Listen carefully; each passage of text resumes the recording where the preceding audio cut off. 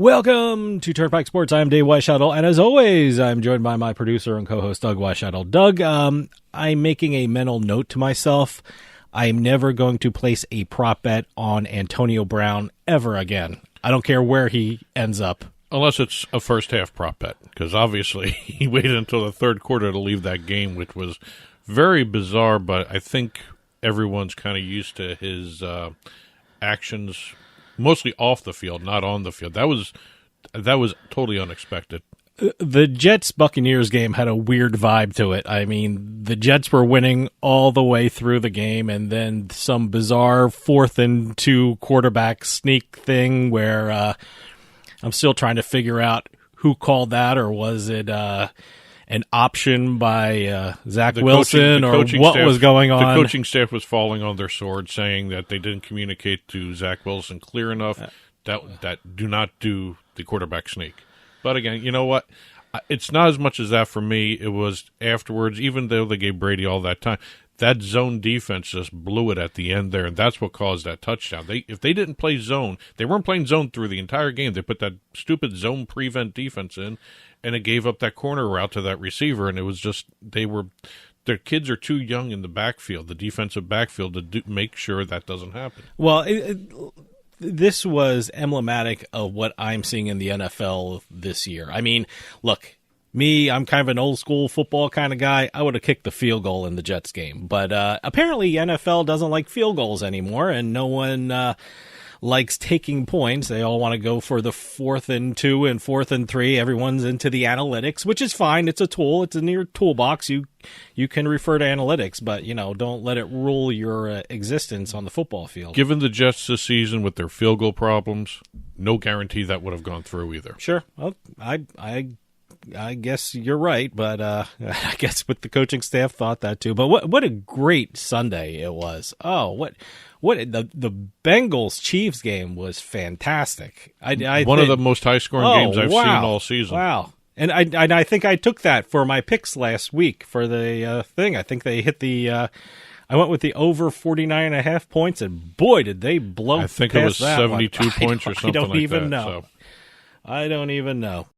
Well, we got a big show for you. We got Beatin The House. We got Week 18 NFL picks. Doesn't that sound weird? Week 18 NFL picks. You know what? It probably sounded just as weird when we said Week 17 last year. Yeah, you know? Yeah. Last week, you mean? Well, I'm talking about before it became. Are you guys doing that joke now that, I'll see you next year? No. Remember Remember how it sounded weird when you had 17 weeks after having 16 weeks? Yeah. So, I mean, we had Week 17 for a while. Now we have Week 18. They got to. I don't like this. 17 games. Schedule. I like it. More football is always good. I don't mind more football. I liked it when we had a 500 team. Yeah, I guess there won't be any. There's no such thing as a 500 team right now. Either 9-8 or 8-9. Well, if someone gets a tie, you can have a. Statistically, it's not a tie. Not, yeah, it's not 8-8. Well, we also have a book report coming up, and I'm going to be talking with Mark Saxon from Better Collective, NYOnlineGambling.com, and USBets.com. We're going to be talking Baseball Hall of Fame and New York sports betting. How about that? So it's a great combination. Great combination. Today's trip down the Turnpike is brought to you by Drizzly, your online liquor store. Available in over 95 cities across North America, Drizzly offers a huge selection and competitive pricing with a side of personalized content. Now there's no need to leave the house. Get alcohol delivered in less than an hour by Drizzly. Head on over to Drizzly.com and order today. And now get $5 off your first order of $20 or more when using our promo code DRINK19 at checkout. Shop beer, wine, and liquor with Drizzly.com. Exit 1. Well, seeing how this is the first show of 2022, I thought we'd look back at 2021 a little bit. The sports betting industry in the United States grew. Oh, yeah. Let me tell you something. I think it's going to grow again in 2022. I think it's got another full year's worth of growth ahead of itself. I don't know if we're going to hit 50 states by the end of 2022. I keep asking people, just by the law of statistics, this has got to slow down. The growth has to slow down at one point, but I really don't see it yet. I think it's going to plateau. I think in certain areas it's going to plateau. I mean, in terms of bet types, betting options. Again, half the every time we talk to different states, we start seeing that some don't have single game parlay yet. Some do have single game parlays. Parlay betting must be, it's incredible because I've never seen parlay betting so at the forefront of betting industry. It's the U.S. is crazy about parlays. Well, let me tell you something. I think there's an element of growth in every state. There's certain states have limitations on how you place bets. Some states have limitations on how you sign up for sports books and things like that. So I think we're going to see growth in the individual states. I think new things are going to happen in the states that already have sports betting. But, there's going to be a lot of states that jump into the sports betting market who haven't had sports betting before. So we'll see that. We're seeing new benchmarks being set. We had Jersey with 3 straight billion-dollar months. We had Nevada joining the billion-dollar club. Yes. Like I said, my big thing that I'm looking for is how does New York mobile sports betting affect New Jersey? Honestly, I'm seeing all these things about how it's going to cut into New Jersey. I don't know if it will because you've got a great article written by Mark Saxon on NY Online Gambling says, you know what? Maybe it won't be as bad for New Jersey as people might think. I don't know. I think what you're going to see with the New York sports betting market is maybe the creation of a New Jersey junket market. Okay. Taking New York players to New Jersey. Well, look. I think you're going to see that with New York to Pennsylvania, too. The tax rate in New York is incredibly high. I mean, it's very restrictive on how much money and how many promotions sports betting entities in New York can use and still make a profit. So, it's like 51%, which is crazy. But again, I mean, it works in New Hampshire. Different type of state altogether. It's a horrible comparison. Yes, I know that. But we also have Arkansas now looking at the 51% rule, too. They actually are getting that passed through and everything. So, maybe it's something that kind of makes sense for certain states. And I think New York might make sense because just the sheer population. Well, look, New York can get away with it because it's such a huge market, number one. Number two, it's such a huge media market. So people want to go there and if you want to do your thing in New York, you got to pay the price. So 51% tax rate, I guess, is the price. And it looks like people are, the sportsbook operators are willing to pay it. There's already 9 already got approval. Yeah, so, it's a very fertile market now, for sports betting. Like I said, how they make their money there, it's going to be different. I don't know how that's going to affect the promotions, what perks they're going to give to their what they can afford to give to their customers. That's one of the reasons why they're thinking maybe New Jersey isn't going to go down the drain with mobile sports betting in New York starting. So, like I said, Jersey junkets. Jersey junkets. But again, you're looking at look at last year compared to this year. 2020, there were 20 sports gambling jurisdictions, and they had a total handle of $21.5 billion. Jersey had $6 billion of that. Now, in 2021, we've got 30 states, and Washington, D.C. are all operating sports betting jurisdictions. There's a couple other states like Ohio and a few others that have not. They've passed it. They're not functioning active right now. We're over $40 billion in terms of handle. Well, look, Jersey's on the verge of being the first, and by the time this airs, we may have the Jersey numbers. I don't think so. Second week in January usually is when they come out. Jersey should be the first state to have a $10 billion year. I know it's going to be incredible. Like I said, let's see what happens when New York jumps into the mobile market. But comparing 2020 to 2021 is kind of tough because 2020, not a lot of sports were being played. So, you had more things to bet on in 2021. So, any predictions on how many states are going to have it by the end of the year? We've got 30 plus DC. But technically 33 plus DC. 33 and one jurisdiction, right. Washington, D.C. We actually may see another one. I know Puerto Rico's moving forward with some stuff. Okay. That's another jurisdiction. That's a U.S. territory, yes. Okay. But I'm thinking maybe I wouldn't be surprised if we see 40. Yeah, we might hit 40. 40 is doable. 45, I don't know. I think 40 might be I'm trying to think the after plateau. Ohio signed it last week, what's the next state to get it? I'm trying to think of which state would get it. Well, Minnesota's supposedly going to make a push. Sure. You got Florida still is in court. Yeah, they're. We don't know what's going to happen I there guess yet. Florida would be the furthest along to get sports betting. They kind of can't. had it for 2 weeks and then they stopped it. Well, they again, it So? depends on what the court says for Yeah, them. yeah. I mean, that could be tied up So. for a long, long time. Well, all I know is Massachusetts will not have it this year. No, maybe Texas. Texas doesn't even have casinos. They're yet, so. starting to warm up to the idea. Jerry Jones over there is starting to talk a lot about sports betting. Mm-hmm. So you might see something. But again, Minnesota's is starting about doing a push. You still got Maine out there with a sports betting bill. Maine, huh? How about that one? Everybody but little old Massachusetts and New England may have sports betting. Mm-hmm. But yeah, California is getting close. There's a ballot initiative. We'll see what happens there. California will be a game changer, I think. California is like, you know how New Jersey's worried about New York. I think Nevada would be worried about California. I think Nevada should still worry about Arizona. Well, yeah, of course, Arizona. Although yeah. I saw a really interesting stat. Nevada has the most retail sports books in the country. Sure. And that's why they're not too worried about that mobile registration thing. Mm-hmm. And that makes sense. But Arizona is going to be a big market mover. Huge, yeah. You may see some of those other states too. Like New Mexico may have a good market there. You never know. Washington State is just starting up. That's another big state there.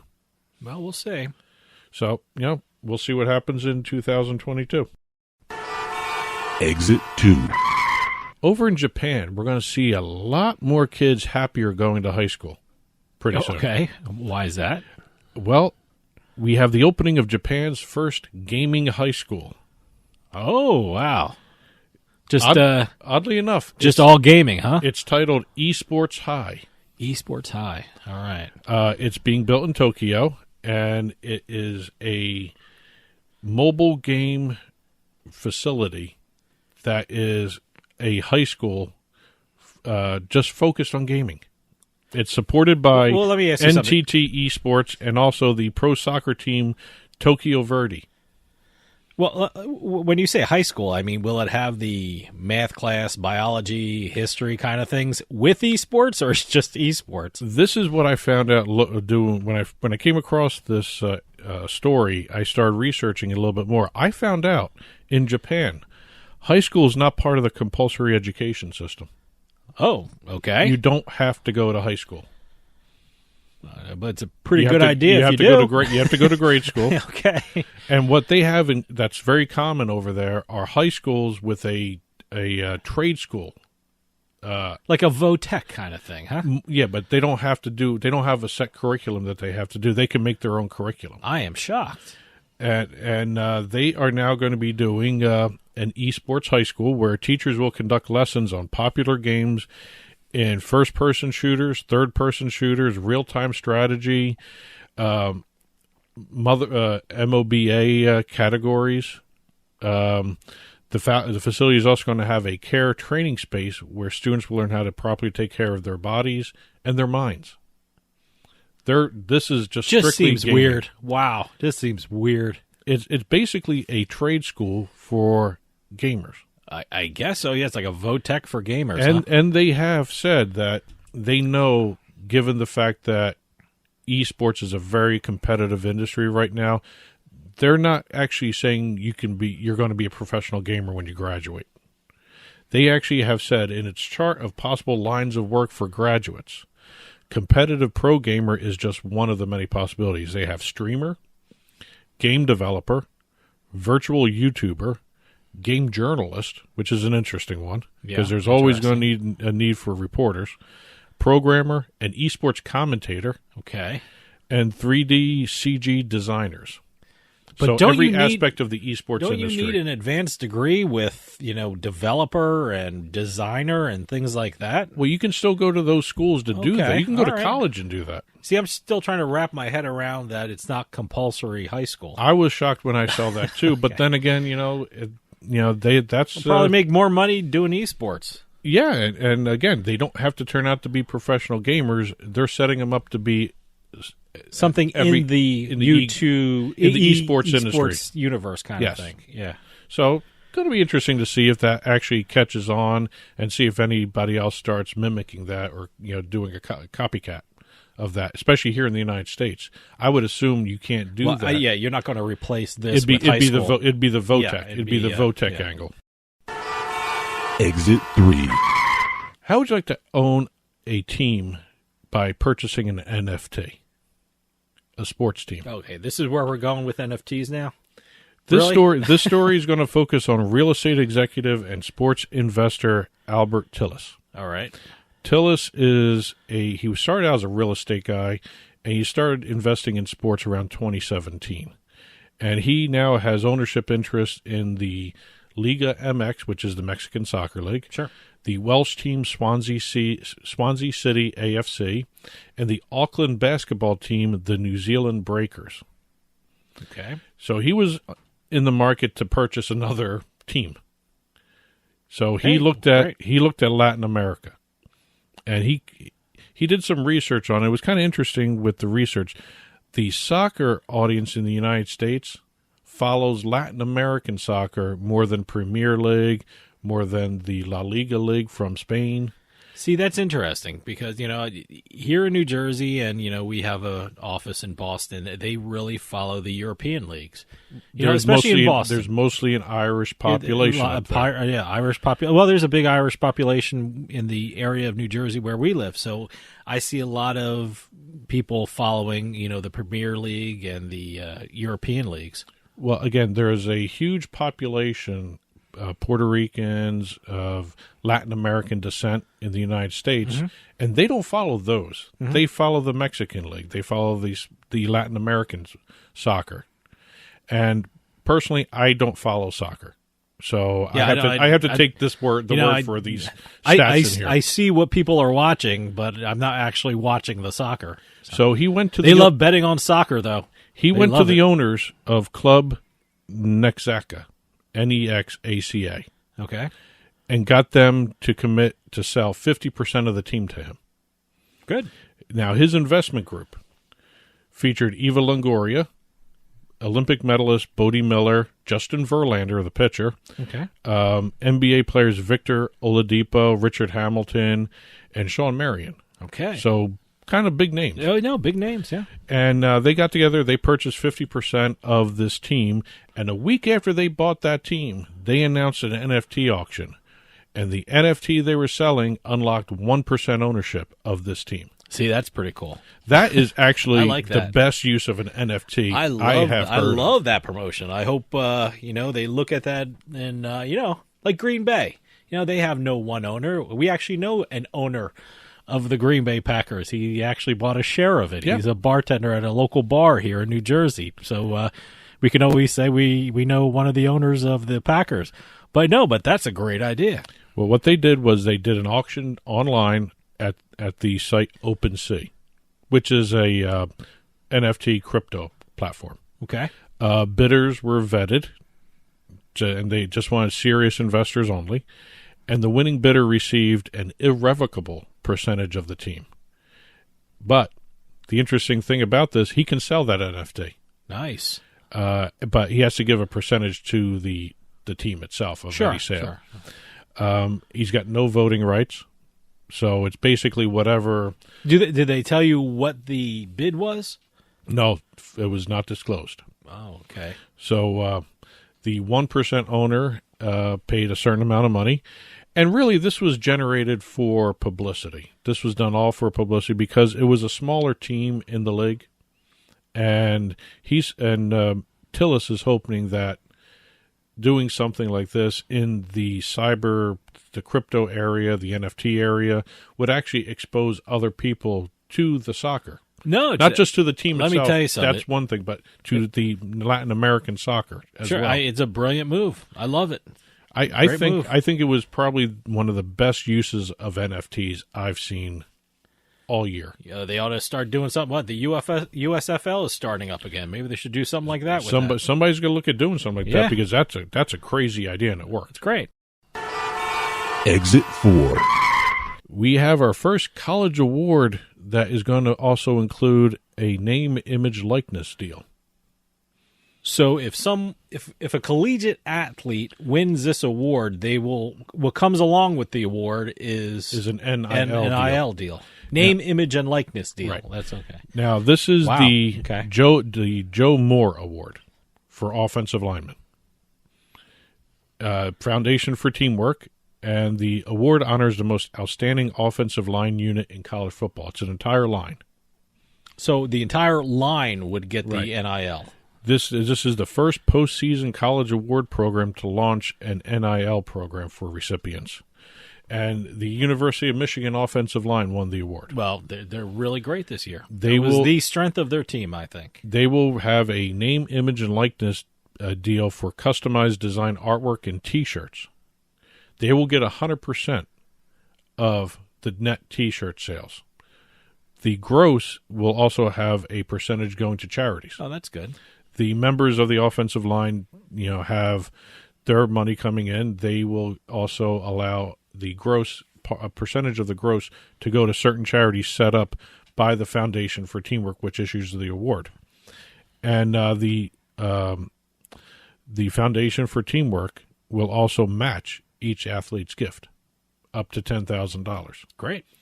So if you want to take a look at these, they're up on the company's website. It's done with the digital on-demand processor Make Your Move. If you go to GoMYM, Make Your Move, GoMYM.com/collections/Joe Moore Award with dashes there. You'll see the shirts there starting at $20 each. Great. Now, I've actually never heard of this either. I mean, we just talked about the NFT sale.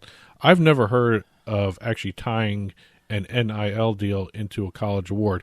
I wonder if the major awards like Heisman and look, NIL deals weren't around last year, so I think you're going to see a lot more NIL deals attached to these collegiate awards. Like you said, the Heisman, maybe. I really thought we would have seen the NCAA jump all over NIL and do some of these things, but maybe the individual schools can do. I don't know how the NCAA works with NIL deals in terms of awards and all that. Well, this is new territory to a lot of people, so I think it's new territory for the NCAA too. It's going to work itself out. And today's trip down the Turnpike was brought to you by Drizzly, your online liquor store. Available in over 95 cities across North America, Drizzly offers a huge selection and competitive pricing with a side of personalized content. Now there's no need to leave the house. Get alcohol delivered in less than an hour by Drizzly. Head on over to drizzly.com and order today. And now get $5 off your first order of $20 or more when using our promo code DRINK19 at checkout. Shop beer, wine, and liquor with drizzly.com. And as always, you can get in touch with Turnpike Sports by calling or texting us at 609-512-5910. That's 609-512-5910.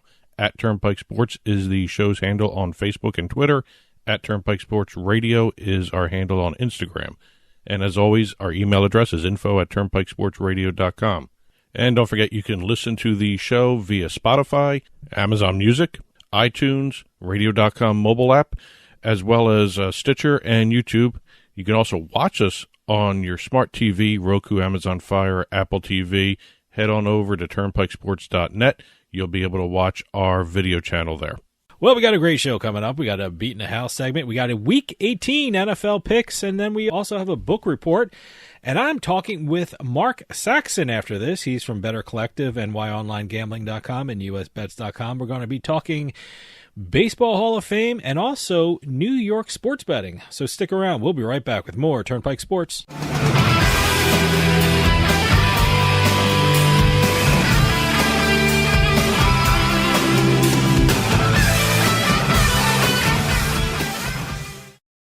Tax Solutions Now is a complimentary referral service that connects callers to companies that provide tax services.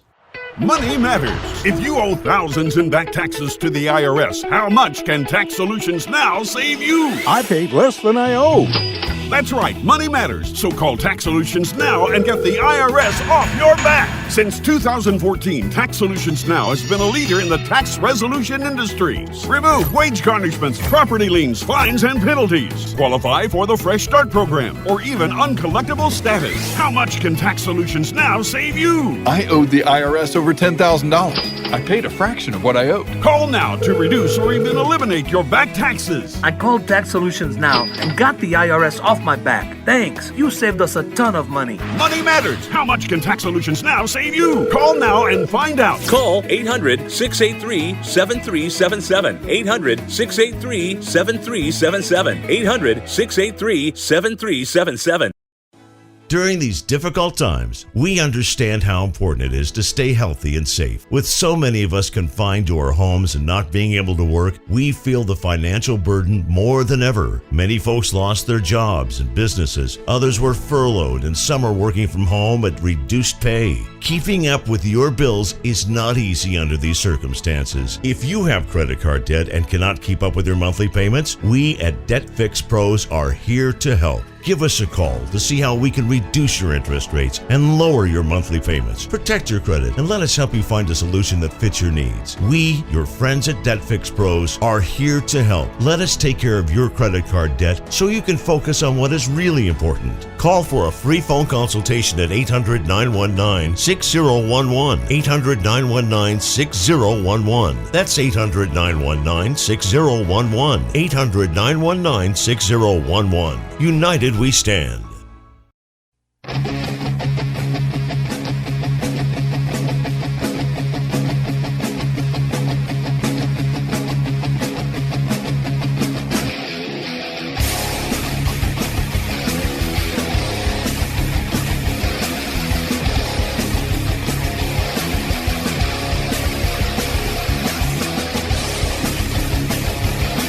Welcome back to Turnpike Sports. I am Dave Weissaddle. News is coming out of the sports betting world and from the sports world itself, especially Major League Baseball. And I think we have the perfect guest to talk about this. He just started with Better Collective and USBets.com to write about the sports betting industry, but he has been a sports writer for decades. For the first time on the show, Mark Saxon is on the line. Mark, thanks for joining us. Guys, what's going on? It's good to be with you, and looking forward to delving into some of the topics in the betting world, which I'm sort of getting my head around as I get started here. No, it's great to have you on, and like I said, it's your first time on the show, so welcome. And but you've been a sports writer for years. Tell us about your background and what sports you've covered. So no bells or anything for first time on the show, or like we're going to have edit in later. We're going to put in horns and things like that, sound effects later. That's post-production. Okay, great. I'll make sure and believe you on that. There you go. So yeah, I came at it, I guess, what would I call it? The mainstream sports journalism world. Started out in newspapers, like a lot of people, and then in 1998, I started covering Major League Baseball, and that was the bulk of my career. Mostly on the West Coast. I worked at a couple newspapers out there. I worked at ESPN starting in 2009. I was there 9 years, I think. And then I went to The Athletic and covered the St. Louis Cardinals, and that was my last stop. But, you know, I just always sort of was watching what was happening in the gambling world, sort of behind the scenes, super intrigued by it, even when I was, you know, at all the places I just mentioned. Because I just kind of grew up with that. You know, I knew how to read a line when I was about 7 or 8 years old. You know, my dad would take me to Fairmount Park here across the river in St. Louis, and I learned to read a daily racing form at about the same age. So when the Better Collective opportunity came up, I really jumped at it because it's an industry I'm really fascinated with right now. Well, as you said, you've covered the MLB extensively over the years. I guess the big story in the MLB right now is the lockout. I mean, it certainly affects sports fans and sports bettors. I mean, in this area, I know Mets fans are just don't even want to hear about lockout, and they want to start the season tomorrow with their new coach and their new pitchers and everything like that. But in your opinion, do you think this lockout will last long? I mean, there's so much money to be made on both sides of the conflict here. Do you think this is going to drag on into the season? Yeah, well, you know that both sides know that, of course, and they know what's at stake in terms of baseball's at a bit of a tenuous situation right now when you compare it with other sports, and we know all the reasons, right? The pace of the game, all these things. But what's funny, like on a sports gambling angle, to me anyway, with baseball is, in some ways it's kind of the perfect sport for in-game wagering. Oh, it's great. Because it is right, and it is slow, so it's very easy to have enough time to say, okay, even on this next pitch, will it be a strike? Will it be a ball? Will it be a hit? Will it be a, to what extent you can do that? Whereas in the NBA, good luck trying to get that in before the guy drives to the basket, right? That or hockey is terrible for in-play betting. Right. Yeah. And so there's a real golden opportunity to kind of jump in along with the other sports, and I'm sure they'd like to do that. But there's this problem, and that is that these two sides don't get along very well. And I do think the players probably, from their perspective, they've lost the last two CBAs. I think that's pretty clear. And they do want to push for some things. And I think what they really want to push for is accelerating the service time clock so that, maybe after 2 years you get to arbitration, and maybe after 5 years you get to free agency. That makes a huge difference. Teams are more willing to give big contracts to 20-something players than they are to 30-something players. So all those things are enormously important. I just really hope that, that it doesn't get so heated that they back off and miss that first deadline of the first spring training report dates, and then you get another deadline, the first spring training games. I really hope we're not pushing all those deadlines and then maybe bumping up to an opening day that can't happen on time. I'm not optimistic just based on, the characters I know who are kind of at the top of this thing right now. Now, sticking with the MLB, one of the coolest things that I read was you're a voter for the MLB Hall of Fame. I mean, for me, that's just incredible. It's such the coolest thing that I love talking to the voters for the Hall of Fame. And I always want to ask a sports writer, so forgive me if this is a dumb question, but how does one get to be a voter for the Baseball Hall of Fame? I wish I could tell you it's from, being so brilliant and, writing such you could tell me that. I wouldn't know. It's really not. It's kind of like, I think it was Woody Allen who said 75% of success in life is just showing up. All you got to do is write for a certain number of years at a, reputable place and have what you really need to do is have a Baseball Writers Association of America card for 10 years, and then you qualify for voting.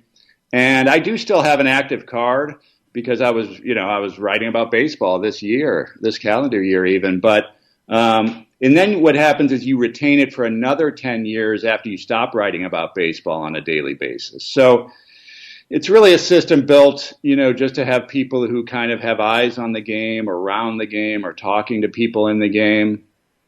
But the interesting thing about voting, and I've seen this tremendously change in just my time, whatever it is, 23 years covering the game, and that is, it's really almost entirely, statistical based now, looking at the most deserving people with a little bit of, character clause sprinkled in, because you do have that part is very clear in the voting. You do have to look at a player's character, however you define that.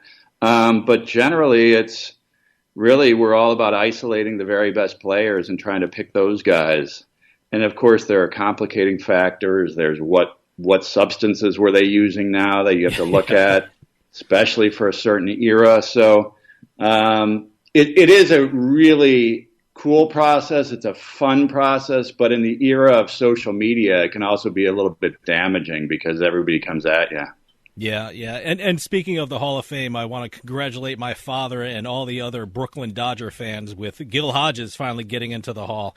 That's one of those guys, you hear his name, you think he was already in there, but he wasn't. But for followers of the Hall of Fame, and, I know overseas books, actually, you can place bets on who's going to get into the Hall of Fame. What should they be looking for with regard to people, the prospects for the Hall of Fame? Is there a lock in this class to get into the Hall?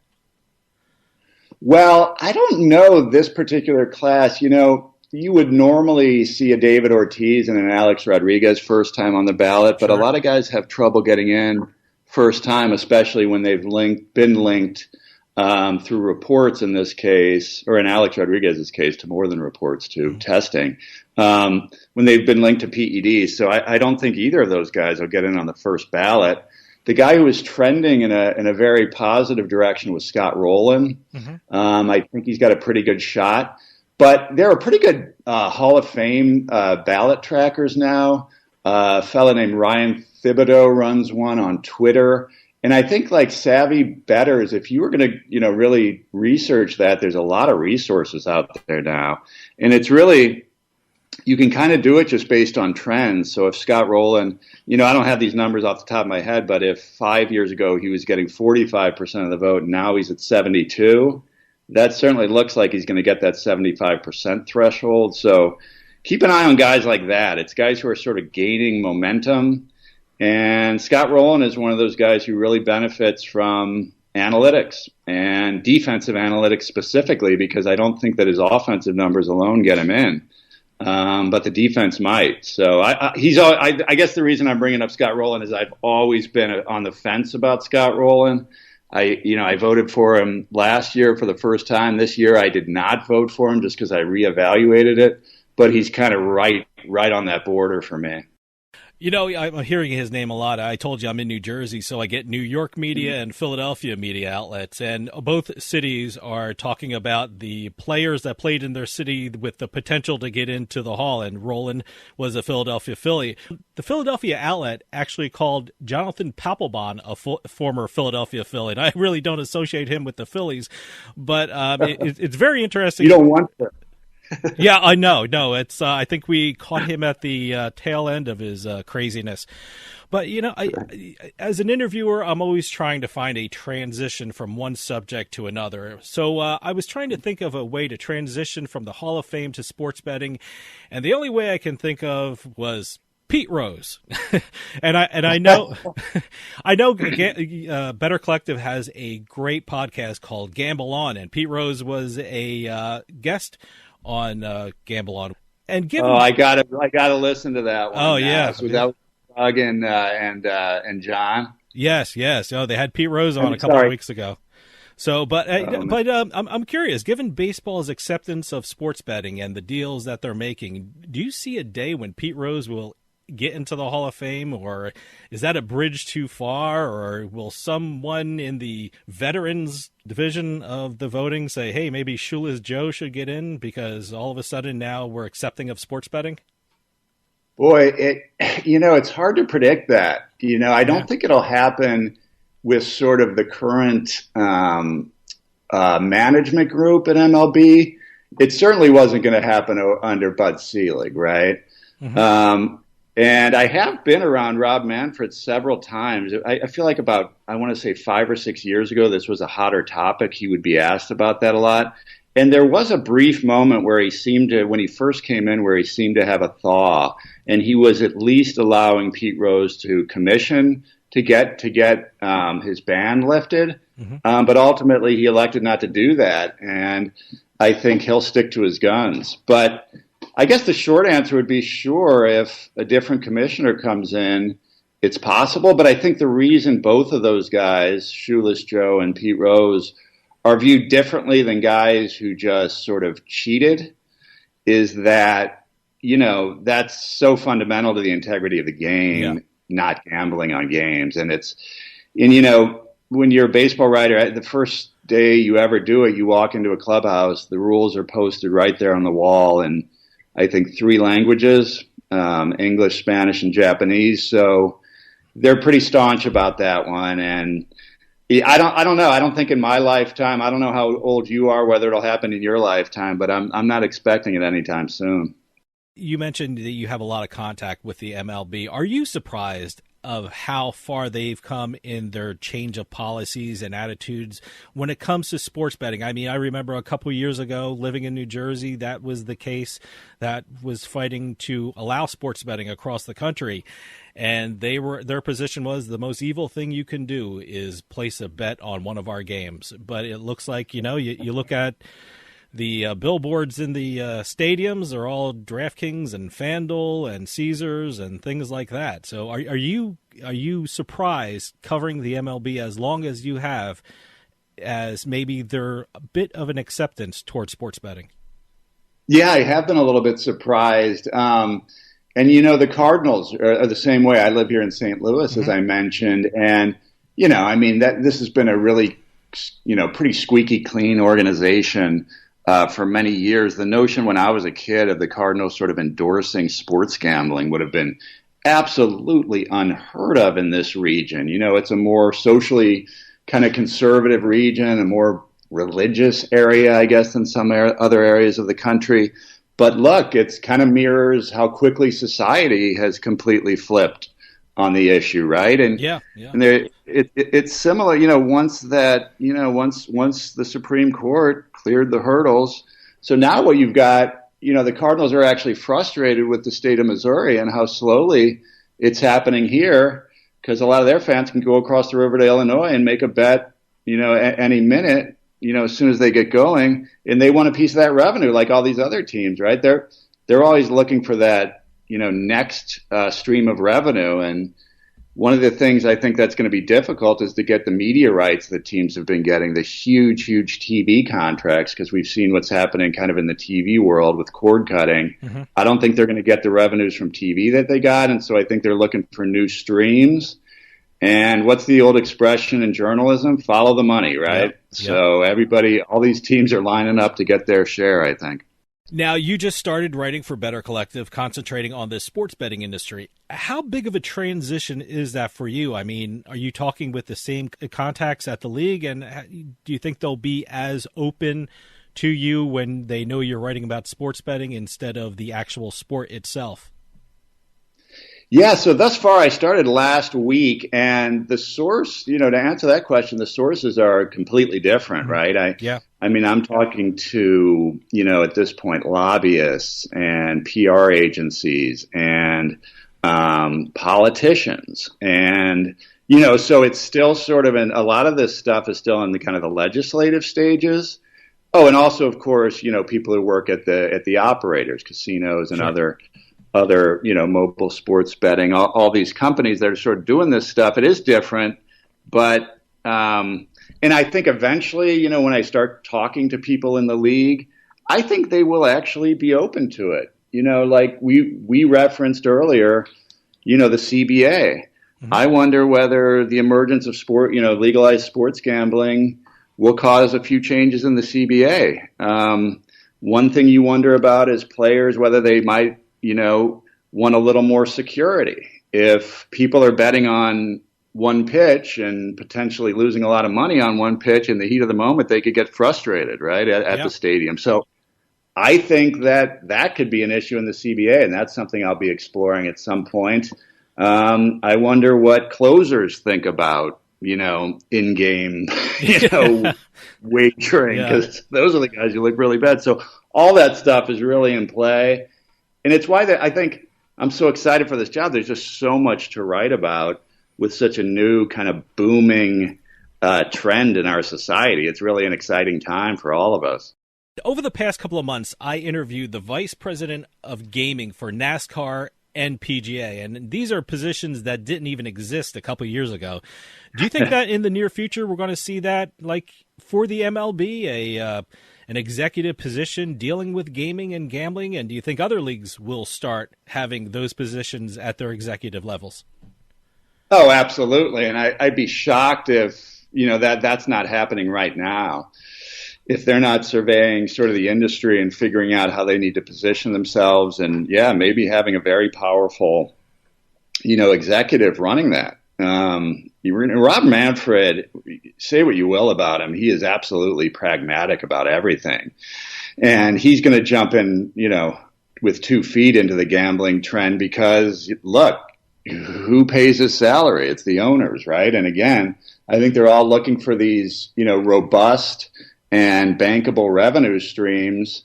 I think they're all worried about the media revenue, like I kind of, mentioned earlier. Look, we don't live in a world where, it's not all about television and radio anymore or newspapers. It's about the internet and it's about, people getting information elsewhere. So, if they're not already all over that, there's something seriously wrong at the top. And I'd be surprised if that were the case. Now, we spoke about the Baseball Hall of Fame in Cooperstown, which is in New York, and that is one of the markets that you'll be reporting on for Better Collective. Mobile sports betting is coming to New York, and that's one of the big stories that's happening in the sports betting industry. I know living here in New Jersey, that's striking fear in a lot of hearts, and especially the gambling institutions in the Garden State. But you recently wrote an article on nyonlinegambling.com talking about the high tax rate for sports betting operators in New York and how that could possibly drive business to New Jersey, which is just wonderful to hear for a lot of people in New Jersey who's in the sports betting industry down in that state. What is your take on the sports betting industry in New York, and what impact do you think it'll have not only locally but nationally? Yeah, I mean, it's a really good question. I think, people say, well, if these taxes were so high, why are all these people trying to get into New York, right, into that market? And I think the answer to that is kind of obvious when you think it through, and that is New York is kind of in a lot of ways, it's, still the media capital of the United States. It's a huge population. You kind of got to get in there to have a real national footprint. And of course, even though their margins are small with such a high tax rate, they're banking on volume and also just the prestige of being in the New York market, making that, if you're eventually going to try to get into California, and you're trying to convince legislators out there that you're one of the big boys, being in New York certainly helps. So I think they're going to try. But yeah, for the individual gambler, with a 51% tax rate on mobile betting in New York, and I think it's 14.25% in New Jersey. I think it's going to be challenging for the New York books to offer the promotions that New Jersey can, or even Pennsylvania, even though they have a relatively high 36% rate. I think it'll be hard for them to offer the promotions.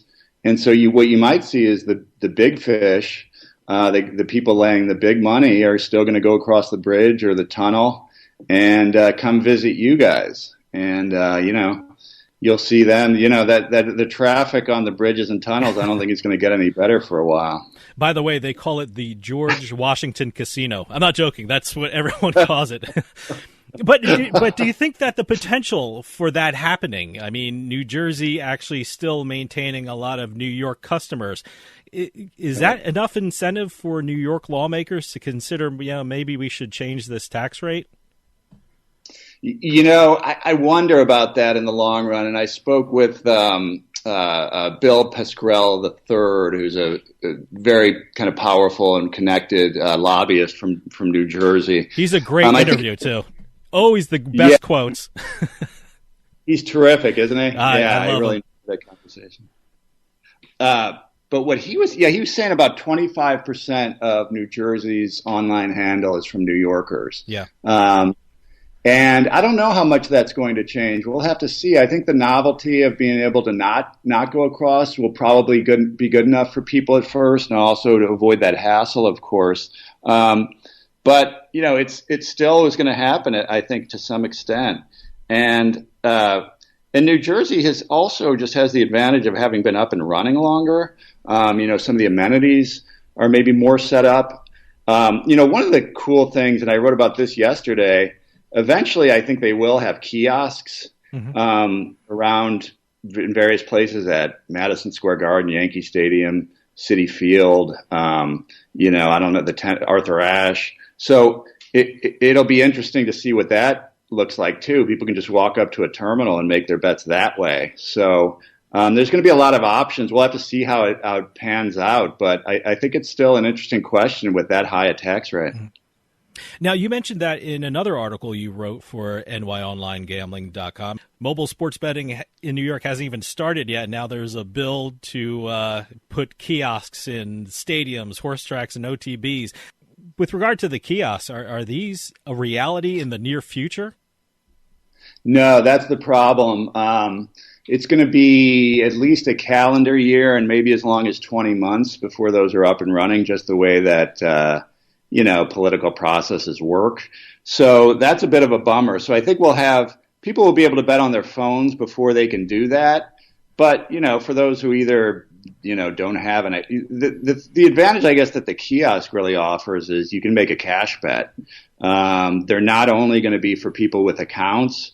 You can go up and simply, I don't know whether you can insert a credit card, but maybe a debit card, certainly, or cash and make a bet that way. So I think that will help with some people who aren't maybe quite as, don't make quite as many wagers. They don't want to have an account or they don't want to put a big stake in. So I think that'll kind of help with that to some extent.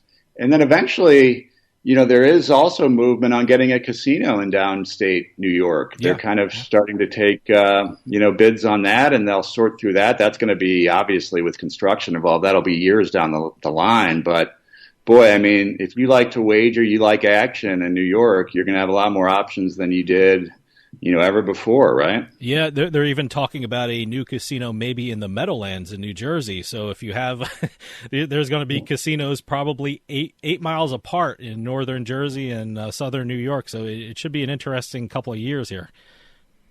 Yeah, my goodness, that'll be amazing. I think you're going to see a lot of people jumping on buses, right? Yeah, I'm sitting in traffic for hours now. I can't even imagine dealing with two casinos up there. It's ridiculous. Well, back to the mobile sports betting in New York. I mean, are there any dates now? Because I told you off air, I listened to New York Sports Radio, and I heard DraftKings coming soon to New York, so register now. This morning on television, it was CBS New York, and they had Caesars coming soon to New York. I mean, can we infer that, I'm not saying days away, but weeks away, a month away?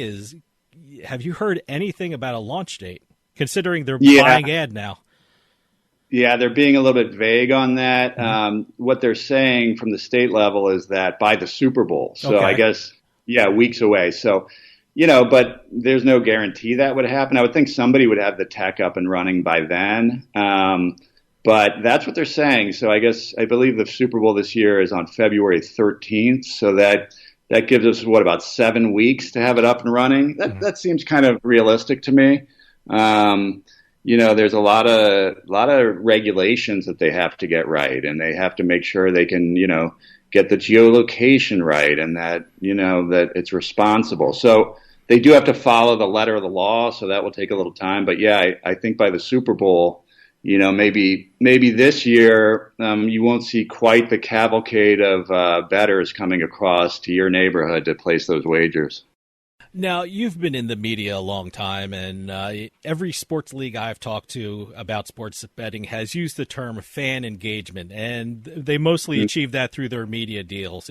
I know the shows coming out of New York and Philadelphia, there's about 4 or 5 betting shows a day.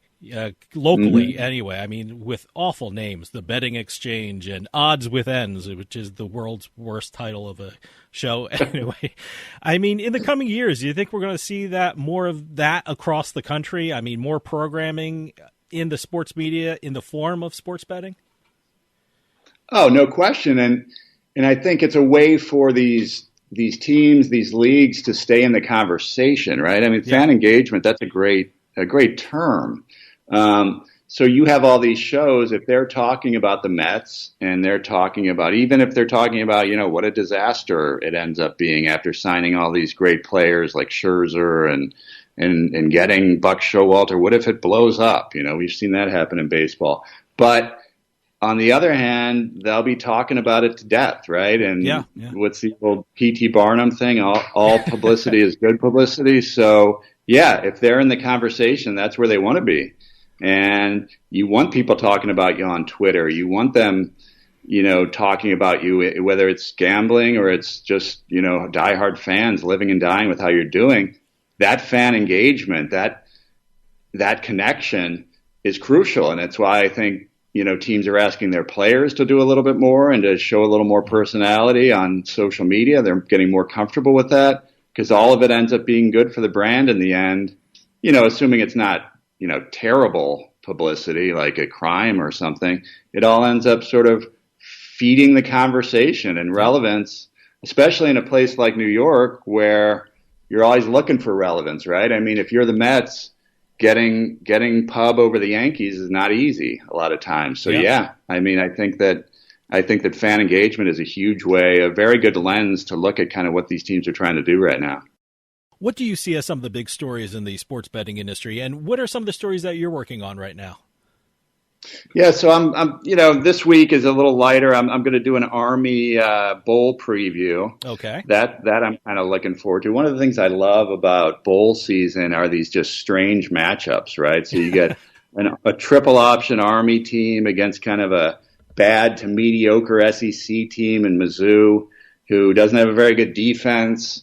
So there's a lot of ways where I think there are a lot of ways to make money in that kind of setting versus, an NFL game where, as we're seeing in recent weeks, where there's just so much parity. Anybody can beat anybody. The Lions blowing out the Cardinals. Yeah, I don't know that happens in college. If Alabama plays, UTEP or something, we know what's going to happen. Right? Yeah. So I think that's kind of interesting. I am working on a New York casino story. The Rush Gaming bid with the state actually has some details in it. Most of them are redacted, so I'll be reporting on some of the details in that. And then just I am working on one more story that I think will be a lot of fun, and that's the year in review of baseball wagering. Oh, okay. All the crazy long shots that came in. I'm going to dig out, the guy who bet on Ohtani to win the MVP, or the handful of people who bet on that, or, somebody who made an in-game wager when a team had a 7-run rally. I've already started finding some little examples, and it's going to be a lot of fun once I compile them and throw them all together. So I'm looking forward to that. That should run late this week. And then, of course, in terms of what's kind of developing, a lot of that's kind of at the legislative level. So we react, and there's so much happening around the country in various, state legislatures and whatnot, that there's always something to write about. So it's really kind of fun to be working in a time when there's this much activity around the country. And, that's kind of where we are, right? Yeah. I can't wait to read of that. Mark, we're running out of time, but can you give out your website where people can read your articles and your social media address so people can follow what you're working on?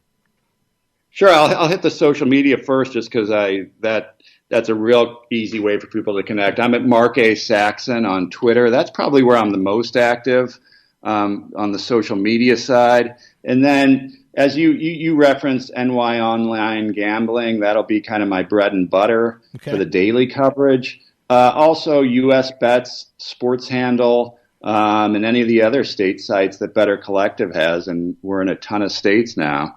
Will all be places you could find my work going forward. And thanks for that question.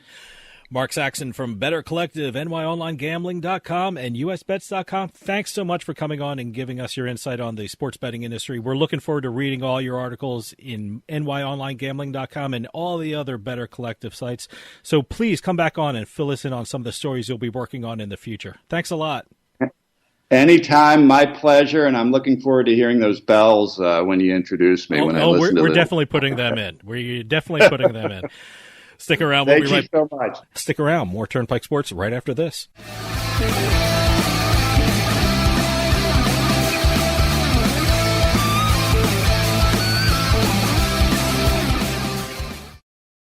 Auto Accident Help Desk is a marketing agency connecting callers with attorneys. Providers pay a fee for advertising services. I love getting my kids ready and driving them to school. But a careless driver can change your life in an instant, and insurance companies want to settle on the cheap. Auto Accident Help Desk connects victims with powerful lawyers. They fight for you.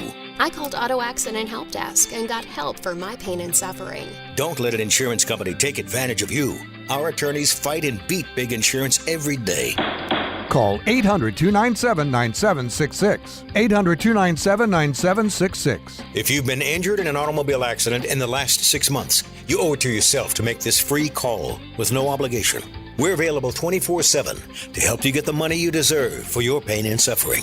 Auto Accident Help Desk helps accident victims like you every day. Call 800-297-9766. 800-297-9766. 800-297-9766. Free stuff is awesome, but free stuff that will spice up your bedroom is even better. Just go to adamandeve.com and select almost any one item for 50% off, and then we'll load on the free stuff. Just enter this very exclusive code, BABE16 at checkout, and you'll get 10 tantalizing free gifts, including a sexy item for him, a special toy for her, and a third item you'll both enjoy. And 6 extra special bonus items that are sure to rev your engine, pique your curiosity, and even blow you away. Plus, free shipping! Always sent in discreet packaging. Go to adamandeve.com now. Get 50% off plus the 10 free gifts when you enter the exclusive offer code BABE16. That's BABE16, because without it, no free stuff. That's BABE16 at adamandeve.com.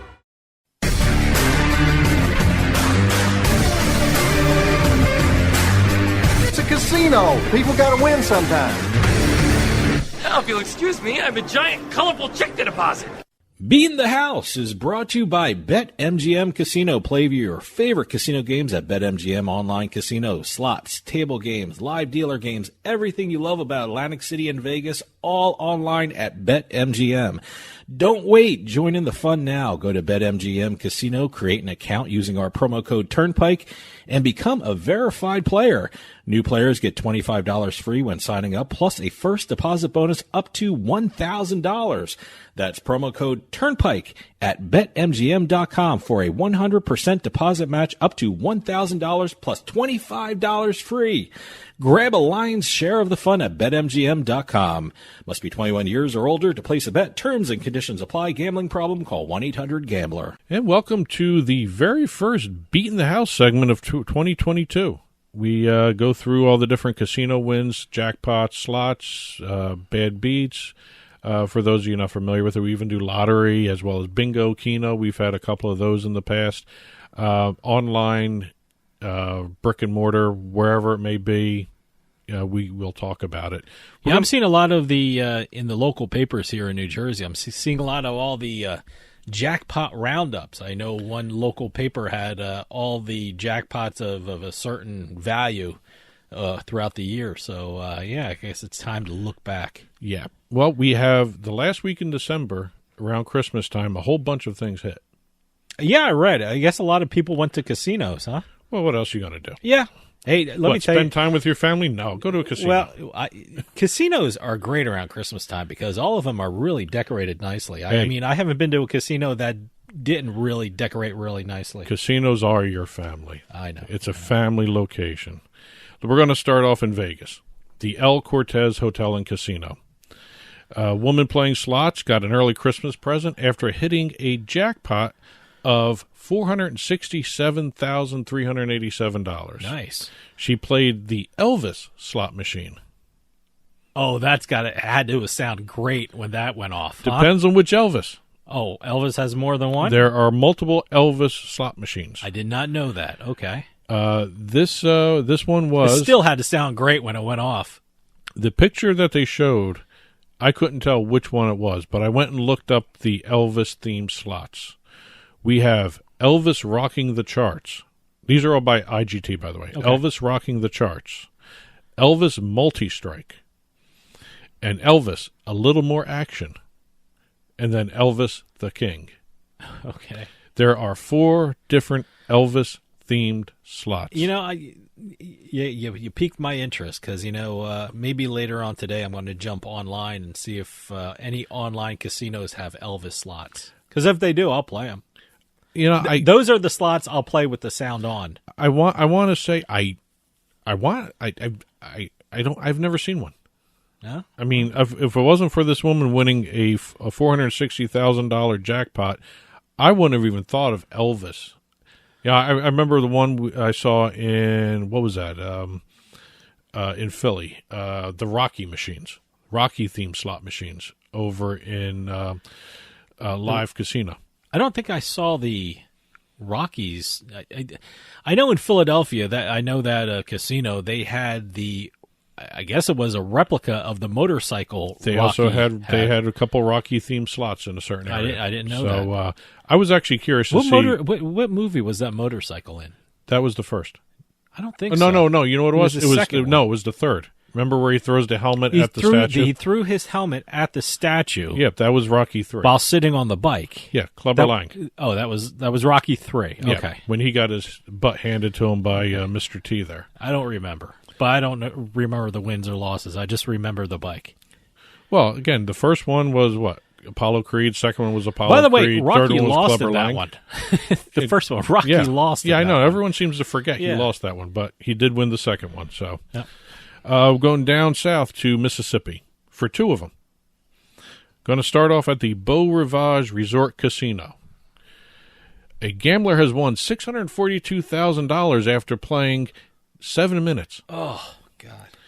A Georgia gambler traveled over to Mississippi and decided to place a bet on the slot machine at the Beau Rivage and left $642,000 richer in just 7 minutes. Wow. He was gambling on the 25-cent Wheel of Fortune progressive slot machine.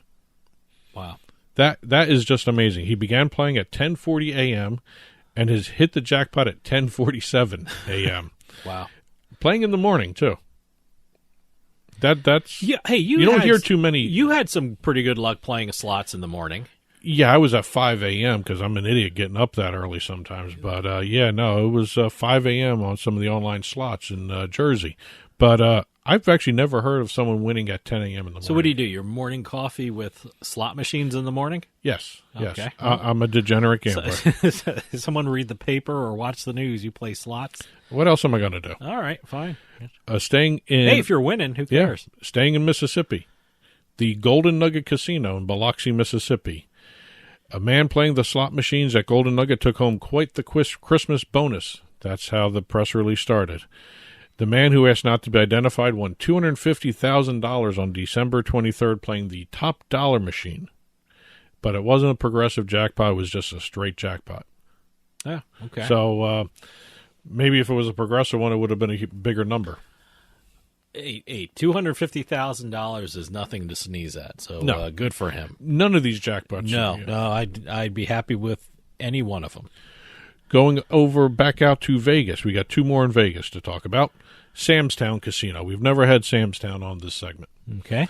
North Carolina man won nearly $100,000 in the Southeast Las Vegas casino. He was playing the Triple Star slot machine around 3 p.m. and did a 90-cent bet and won $97,000. Wow. I love those little bets that really turn out for you. Well, yeah. I don't know. Triple Stars slot. That's one of the old-fashioned ones. I have no idea. They're with the actual reels in them. Okay. Yeah, so that one's one of the older ones. And then we have over in Stations Casino. Actually, Stations Casinos, I should say. We have a $57,000 Keno jackpot at Green Valley Ranch. The winner, only going by the name Tammy, hit 8 out of 8 Jumbo Live Keno Progressive jackpot. And then across town, another Stations Casinos guest who stayed anonymous won $109,000 on another video Keno jackpot off a $20 bet. Keno at the Stations is it's a pretty great game. This one was at the Red Rock Casino. All right. And the anonymous guest hit 8 out of 8 and 7 out of 7, a multi-hand video Keno. Wow. He had 2 jackpots. Now, let me ask you something. I mentioned Keno like a week ago. I tried that bingo on Borgata or whatever it's called, Borgata Bingo. Borgata Bingo. Is that basically Keno?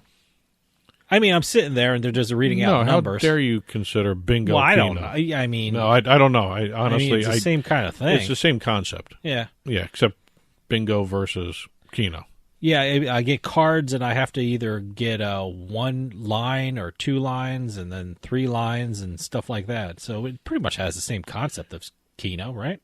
Yeah, pretty much. All right. Yeah. And we're going to end the segment back here in New Jersey. All right. With Twin Spires Casino with 2 jackpots to the same person. Oh. One on Christmas Eve, one on Christmas Day. Whoa. I got to try Twin Spires now. Julie from New Jersey won $56,000 playing Divine Fortune on Christmas Eve. Okay. The next day, went back to playing Divine Fortune. I love Divine Fortune. She won $190,000 on Christmas Day. Wow. And she was doing this on her mobile phone on her couch. Good for her. Twin Spires went out of their way to... Well, you do that, too. I do, yeah. Played Divine Fortune on your phone. Yeah, it's easier to do that than actually log onto a computer. Actually, it's a lot easier than that than going to a casino some days. Sure. But let's see, the Divine Fortune slot on Twin Spires actually had a pretty busy year. Between those two Divine Fortune payouts on Christmas Eve and Christmas Day, May 17th, $75,000. August 2nd, $71,000. And August 9th, $145,000. Now, this is all Twin Spires in and New this Jersey. is all Divine Fortune. All Divine Fortune on Twin Spires Casino in New Jersey. So there were at least 5 major jackpots. I have yet to check out Twin Spires. I got to take a look at it. Yeah. It looks like a pretty decent casino for it just recently launched, too, in Jersey. So, it used to be, what was the... I have no idea. It used to be Twin Spires Casino, and then they had the sportsbook, which was Bet America. And now it's just Twin Spires Sportsbook, too. Well, apparently he's got some loose slots. Yeah. Well, Divine Fortune always pays out. Yeah. Well, that's it for this week's Beatin the House segment. Come back next week. Keep those press releases coming in. info@turnpikesportsradio.com. We'll just continue talking about the different jackpots we come across and, just have fun with it. And good luck, everybody. NFL picks are next, so stick around. We'll be right back with more Turnpike Sports.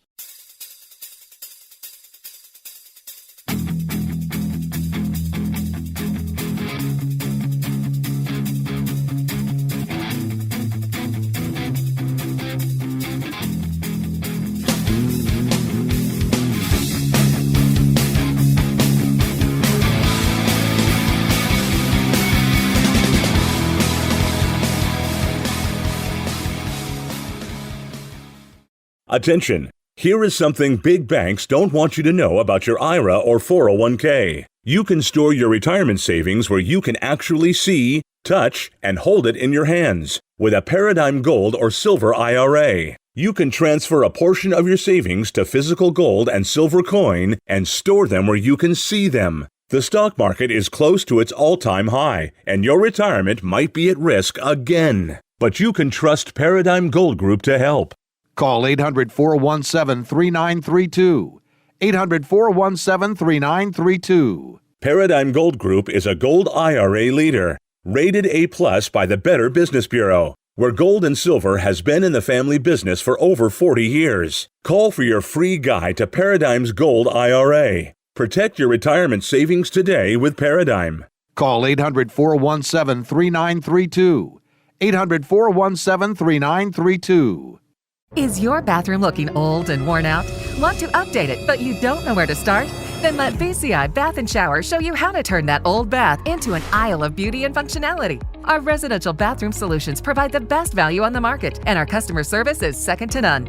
Our cost-effective BCI Bath & Shower family of products has what you need.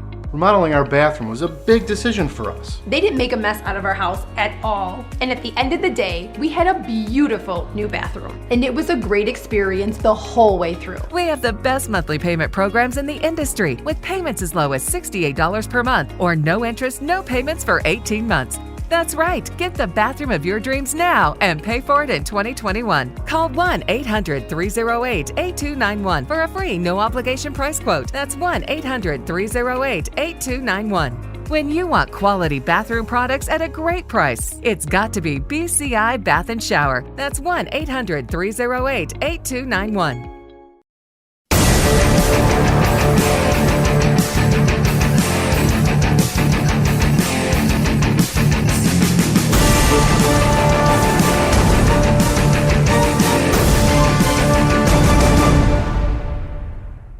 This week's Turnpike Sports Pro Pick segment is brought to you by BetMGM Online Sportsbook. Get ready to turn big plays into paydays. New customers, start with a risk-free bet up to $1,000. Simply sign up with promo code Turnpike, make a deposit, and place your first wager. If the bet loses, you'll receive the amount of your wager back in free bets. That's a risk-free bet up to $1,000 with your first deposit at BetMGM Online Sportsbook when using our code Turnpike when you register. Bet with confidence and go all in on all the action with the king of sportsbooks. BetMGM. Must be at least 21 years or old to place a bet. Terms and conditions apply. New customers only. Problem gambler. Call 1-800-GAMBLER. And welcome to our picks segment, the final week of the regular season, NFL Week 18. We are in uncharted territory. Yes, Week 18. We've never had one before.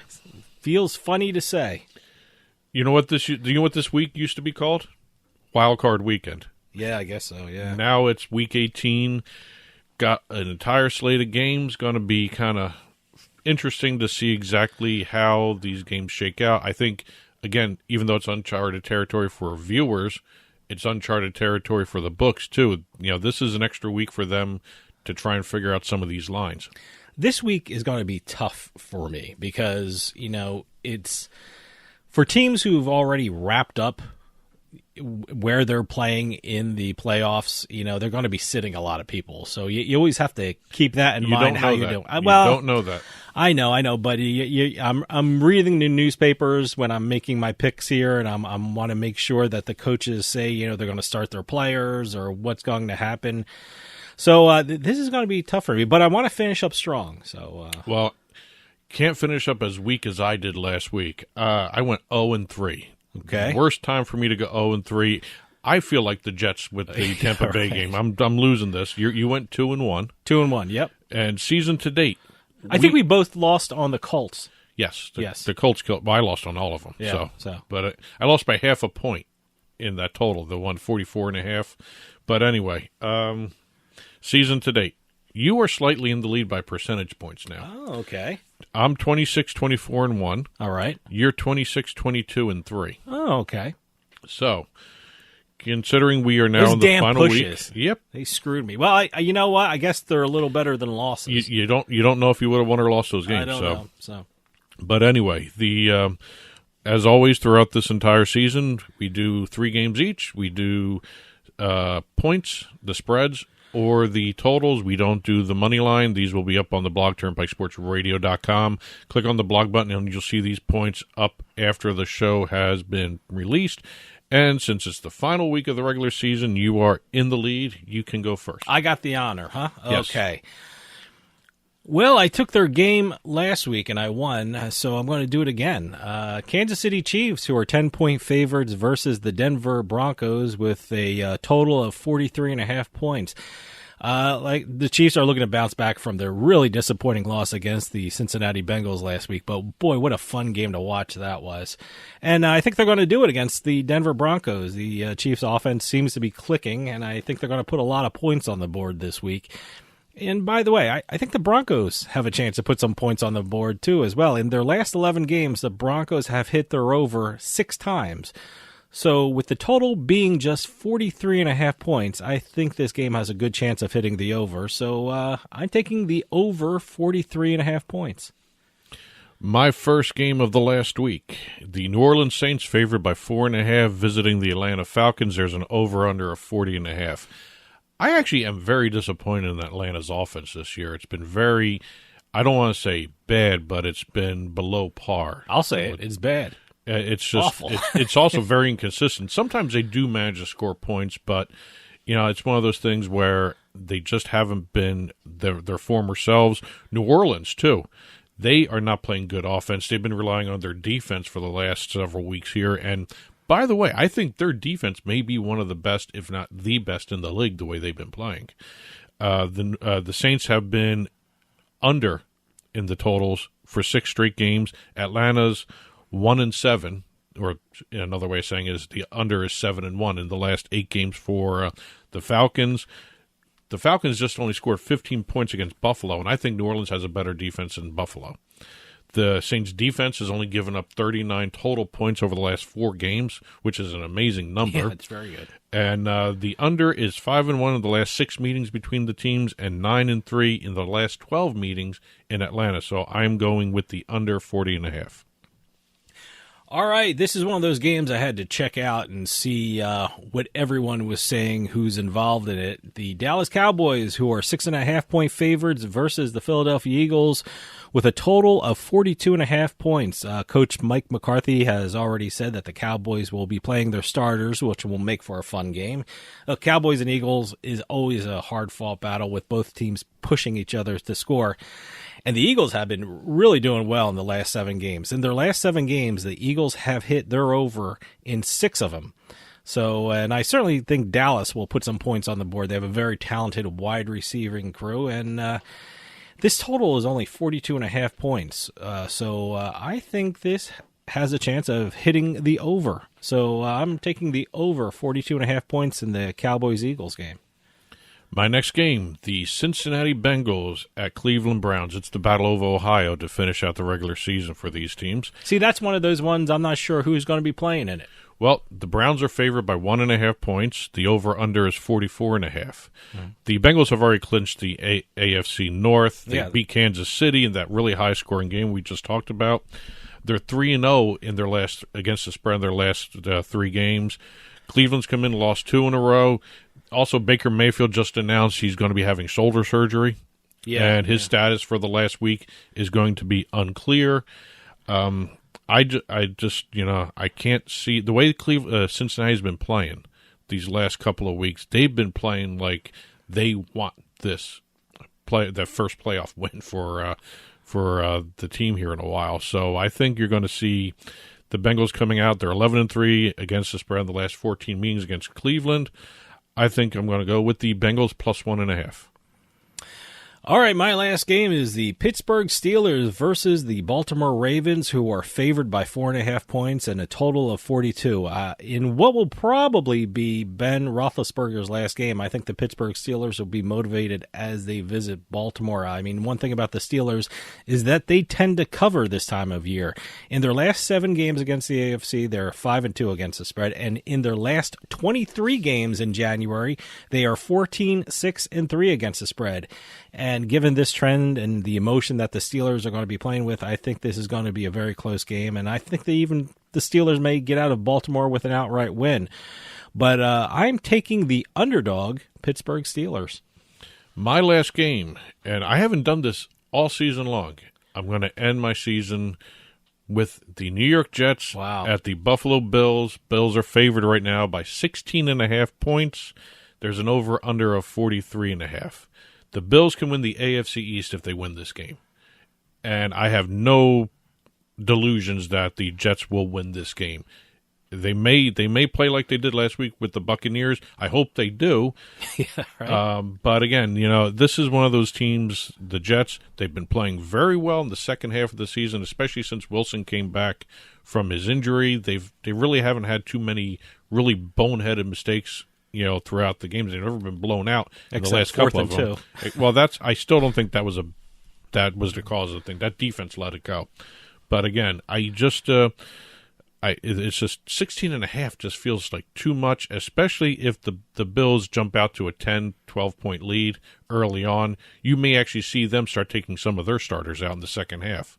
And I think with the road team being 5-2 against the spread in the last 7 meetings, the underdog in this matchup is 9-4 against the spread.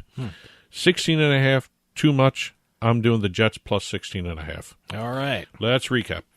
I'm taking the over 43.5 points in the Chiefs-Broncos game. I'm taking the over 42.5 in the Cowboys-Eagles game. And I'm taking the underdog Pittsburgh Steelers to cover the 4.5 points against the Ravens. And I'm doing the under 40.5 points in the New Orleans-Atlanta game. The underdog Bengals plus 1.5 in the Battle of Ohio there. And I'm taking the New York Jets plus 16.5 against the Buffalo Bills. These picks will be put up onto the blog after this show is published. Head on over to turnpikesportsradio.com, click on the blog button, and you will see them there. The book report is next, so stick around. We'll be right back with more Turnpike Sports.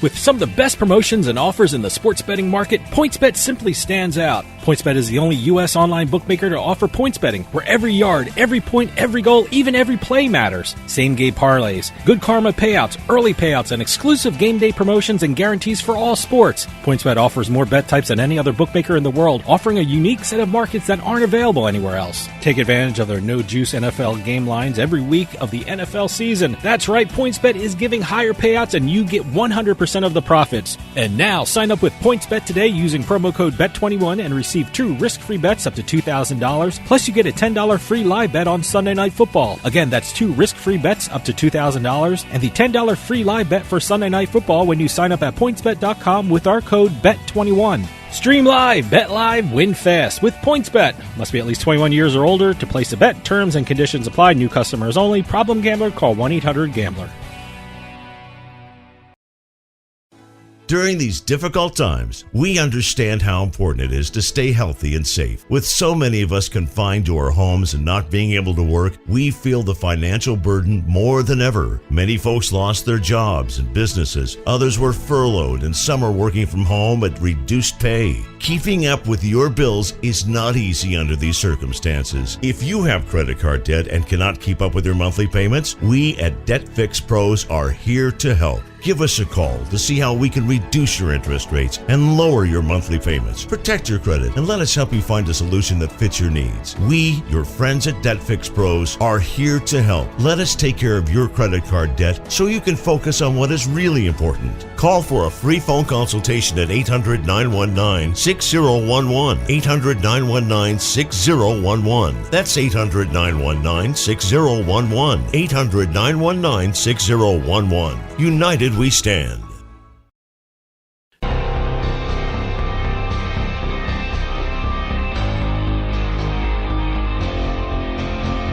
The Turnpike Sports Book Report. The Turnpike Sports Book Report is brought to you by BorgataSports.com. Your favorite casino is now your favorite sportsbook. Available anywhere in New Jersey, BorgataSports.com. Sign up at BorgataSports.com using our promo code PIKE, that's P-I-K-E. Make your first wager of $20 or more and you'll get $100 in free bets. And welcome to the very first episode of the Turnpike Sports Book Report for the new year. Yes, 2022. 2021 was actually a very busy year. We had a whole bunch of states launching their sports betting industries. I think the number was about 11 states that had that launched sports betting in 2001. We're waiting on a whole bunch of numbers for December coming up pretty soon. Matter of fact, New Jersey may surprise everybody and become the first $10 billion handle state for an entire year. Wow, it should be interesting to see. I know at the end of November, they were at $9.7 billion in total handle for the year. I'm guessing they're going to hit 10. They had 3 straight months of billion-dollar handle. Yeah, I'm guessing they're going to hit 10. Wow. I don't know if it's kind of surprising. Something weird would have to happen if they didn't reach 10. If Jersey didn't hit 10. But is it surprising anymore that we're going to see a $10 billion state? I don't think it's surprising anymore. I have to tell you, with New York probably starting mid-January, I mean, they got a shot for $10 billion. In their first year? I don't know about their first year. I don't know. It's pretty. It's all about population density. It's actually all about. I think also what actually affects a lot of people is the promos and the offers. Sure, being made. Promos and offers and things. And like given that, New York's tax structure, we may see less promos. That's true. You know, the taxes, you have to figure in the taxes that the providers have to pay. So we'll see how New York does. Well, November marked the first time the gross monthly operator revenue cleared $500 million in the post-PASPA era. Okay. That's just revenue. Now, the reason I'm saying gross gaming revenue is some states do not do the separation of the promos from the gross. So some states have the AGR, the adjusted gross revenue, and you take out the promos and the special offers and all that. Some states do not do that. So November was the very first month that it was $500 million in gross gaming revenue in the post-PASPA era. That's actually a great growth, Mark, the revenue, more so than handle. I mean, handle's an impressive number to talk about, but sure, the revenue number is what matters. It's all about the revenue. Look, you can talk all about the handle, but if the revenue's not there, what's the point? Right, because the revenue is what the states base their taxes on. Yeah. And some states don't even do the gross revenue. They base their taxes on the adjusted gross revenue, which kind of is an interesting little switch there, because it gets less taxes going into the state if you do it on the adjusted versus the gross. State taxes have now passed the $900 million mark since PASPA was repealed. So this is all states taken together, This is right? post-PASPA era. Post-PASPA, all states since, 2018, right? 2018, Right. state taxes have now passed the $900 million mark. So we're getting close to the $1 billion mark for state taxes. Great. Overall state, national national state taxes, I should say, for the post-PASPA era. But we did have a couple states putting out record numbers again. Yeah, it seems like every month there are state records being set, which is great. Ever since football started, that's when all these handle, revenue, tax, adjusted gross revenue records, all these records started happening when football launched. But I think it's more to the point of it's a full sports calendar again. I can't wait to see I know I'm jumping ahead, but I can't wait to see the January numbers, because they always reflect the most bets for the Super Bowl. Sure, the Super Bowl's in February. There's a lot of bets the first couple of days before the Super Bowl, but it seems like January is the one. A lot of numbers coming out. I wonder how much of Super Bowl betting has accounted for September, October, November. I don't even know what date the Super Bowl's on. What is it? I think it's February 10th or something. Okay. It's a week later.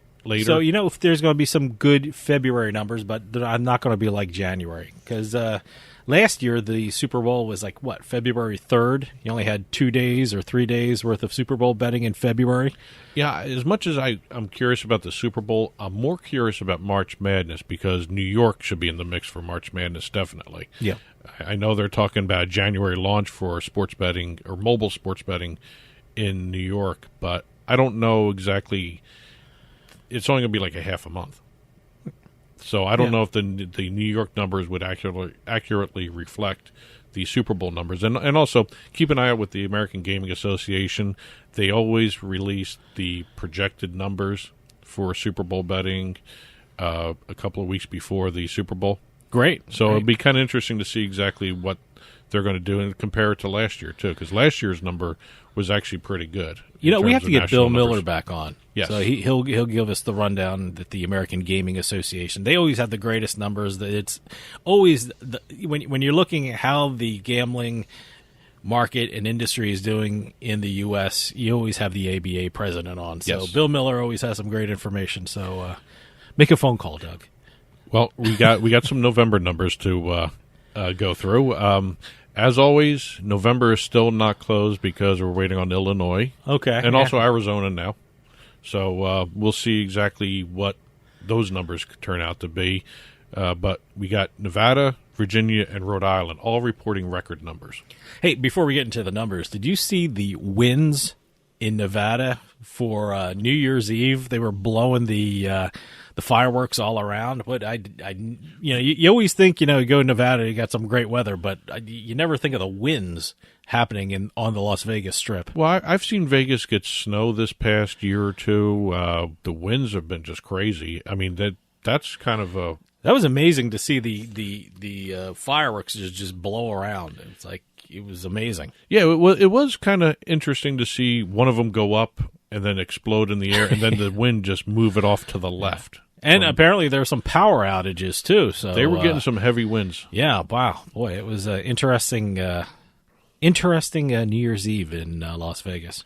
Well, staying in Nevada, Nevada set their state mobile handle record in November. $777.2 million in mobile handle. Wow. That's just about 71.5% of the total handle.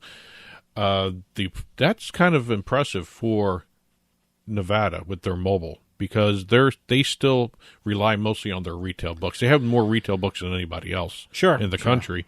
But to see 71% of the total handle becoming mobile, I wonder if COVID has been having anything to do with that too. But in comparison, New Jersey's like always over 90%. I think New Jersey was like 91, 92%. Yeah, it's always over 90%. So there's a comparison for you, Nevada and New Jersey. Well, let's see. Nevada's monthly handle is the 5th highest of the post-PASPA era. They actually had another $1 billion month. Great. For a handle. They have now 2 straight months of $1 billion or more handle. We'll wait to see exactly what their December number is going to be like. Everybody's pointing out the football is driving everybody. College football, pro football, and I wonder how much basketball is doing it too. Because there's a lot of pro basketball betting too. And connected with that is, they're really pushing the tourism angle, because here in New Jersey, we're seeing a lot of come to Las Vegas commercials kind of thing. So they're really making an effort to get people out there and get people into the casinos and people getting into the retail sports books out there. So, it's a big push. Well, again, that's because they had the most retail books. And Yeah, they still have absolutely. that in-person registration requirement for the mobile books. Well, they want people walking through the doors. And I understand that. I mean, No, that makes absolutely. perfect sense for a tourist destination. I mean, you have Vegas there. You have some of the other ones, Reno, even Henderson. They rely on foot traffic. Yeah. More so than anything else. The nearly $72 million November sports betting revenue is the state's all-time single-month high and the 3rd highest total for any state. New Jersey and Pennsylvania had more. Okay. So Nevada is starting to move ahead in certain areas. Like I said, they had 2 straight months of $1 billion handle. Sure. They now set a monthly revenue record. Let's see what else we got here. We have in Virginia now. Virginia set 3 records in November. All right. We have the state of Virginia recorded gross betting revenue of $48.3 million, adjusted gross revenue record of $29.9 million, and record state taxes of $4.23 million. I'm not too familiar with Virginia's gambling scene, but no, the numbers coming out of there are so impressive. The November betting handle was the 2nd largest monthly. They didn't set a record this month, but Okay. it was their revenue record and their tax records, which were actually really impressive. Also, Let me tell you something. They're the important numbers. It's great to see the handle numbers. It shows how many people are betting, but really, you want to see revenue and you want to see the tax revenue. That's the key numbers for any state. See, you just mentioned the tax revenue. We're waiting on New Jersey's December numbers.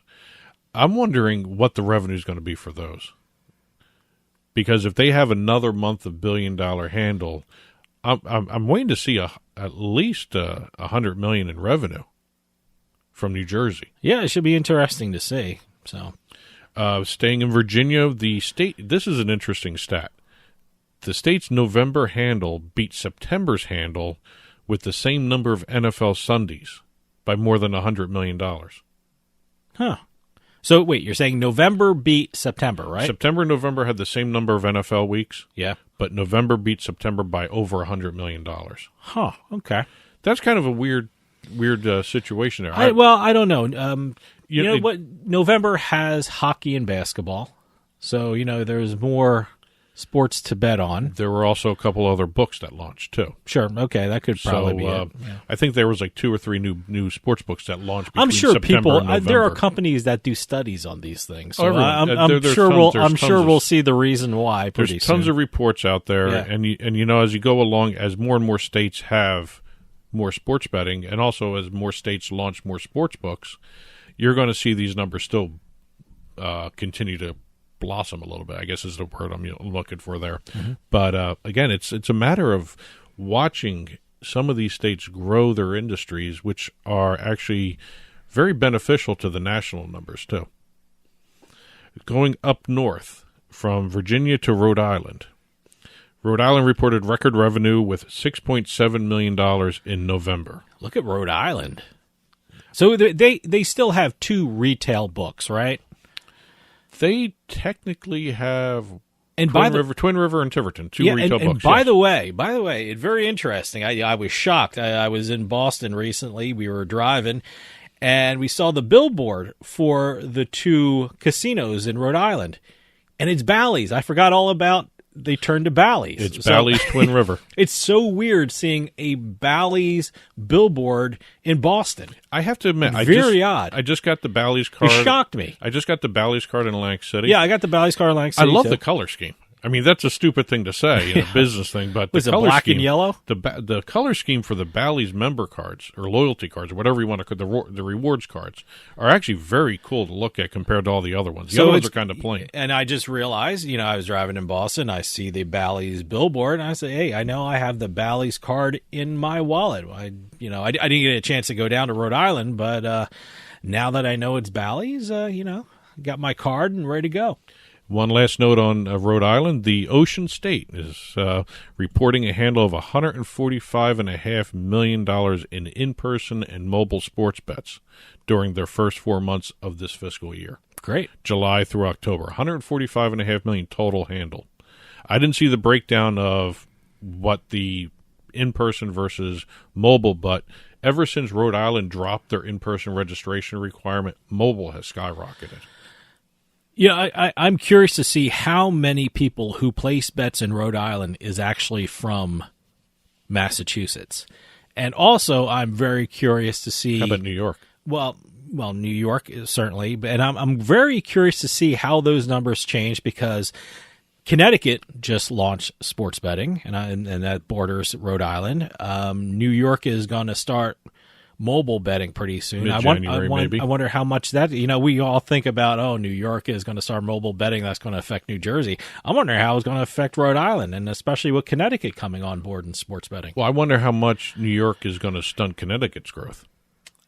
It should be interesting. Because you got a lot of people in the southern Connecticut that still work and live in, that do a lot of work in New York. Sure. So, I mean, if they're at their place of business in New York State, what's to stop them from just betting there and going home afterwards? You mentioned Connecticut. I gotta stop at the two casinos in Connecticut because I'm hearing. I know one has. I forgot what. Foxwoods has the DraftKings Sportsbook, which is 2 levels. Yeah, which I hear is beautiful. I can't wait to see it.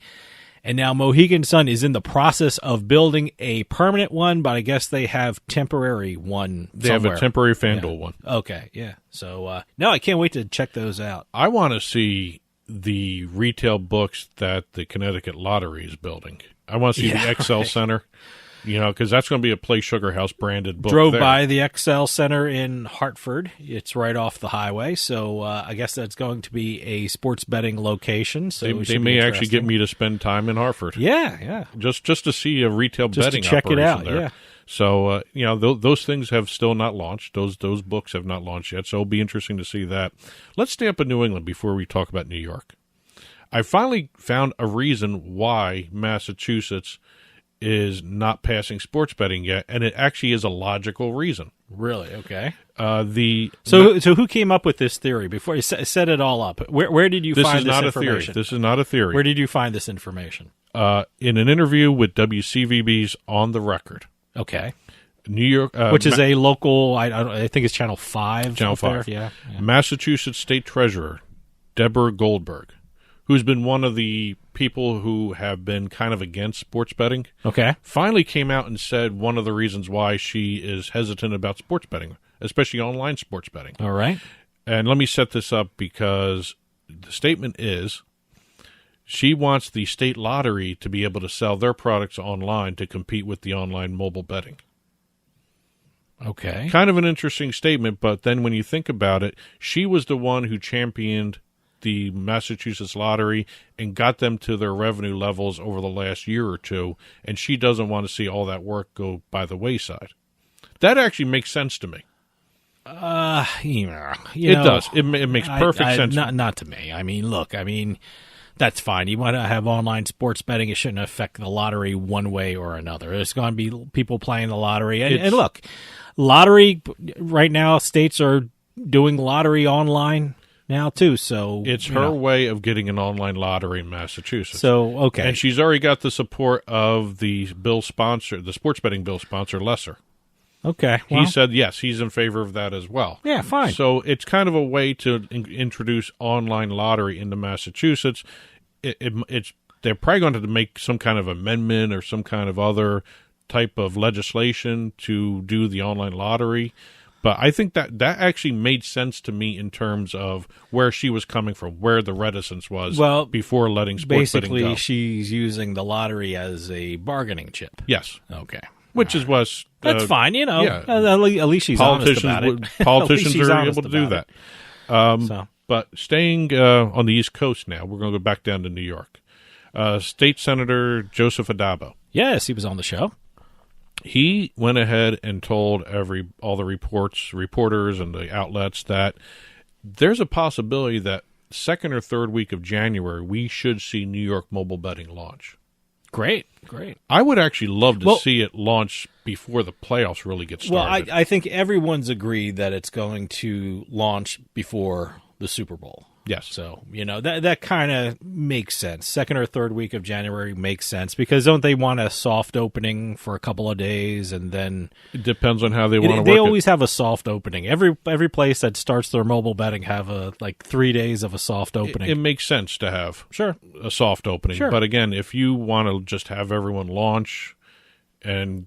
whatever happens, fix it on the fly kind of thing. You probably don't want to do that. No. But again, if they want to start by the playoffs, the NFL playoffs, they got to do it by second week in January. Sure. So by the time this airs, we could be about a week away from sports betting mobile sports betting to launch in New York. I'm starting to see the commercials for New York online and mobile sports betting. And also, this is the time for... TV commercials and radio commercials, they said, we're coming, so get ready to register. And in case anyone else hasn't noticed it, this is also the time, there are 9 operators approved for operation in New York. All the affiliate programs are reaching out to everybody to register for New York. You got I guess you probably shouldn't say who it was, but one of our affiliates. Got one on New Year's Eve. New Year's Eve, and they said, sign up. We're going to be on the list. So anyone who's listening in New York, you can probably sign up through this show or something like that. And one last quick note before we get out of here for this first week of 2022, mobile sports betting has started in Washington State. Great. It's a Snoqualmie Casino. It's an Indian casino, Native American casino. You can only use the app on the property. Okay. It's geofenced inside the casino. But it's the very first mobile sports betting app for that state, which is nice to see. They're going to start doing other Native American properties are going to also do it as well as they further along here. And then also Arkansas. They passed the regulation for mobile sports betting with a 51% tax rate. So it'll be the casinos want it, the state wants it, the mobile operators do not want it. Yeah, of course not. So I don't know who's going to be applying for licenses down there. I know before they made the vote, BetMGM and DraftKings both sent letters to the regulators saying that they wanted more skins being allowed for the casinos. Yeah. So we'll see what happens there. They're going to probably be voting on it soon. But again, Arkansas mobile betting. And that's it for this week's Turnpike Sports Book Report. Head on over to the blog, turnpikesportsradio.com. Click on the blog button for the full version in print of this week's book report. There are plenty of stories also on the news ticker that we have scrolling along the bottom of the screen on the TV side. Go to turnpikesports.net for that. That'll do for us this week. We'll see you next time on the Turnpike.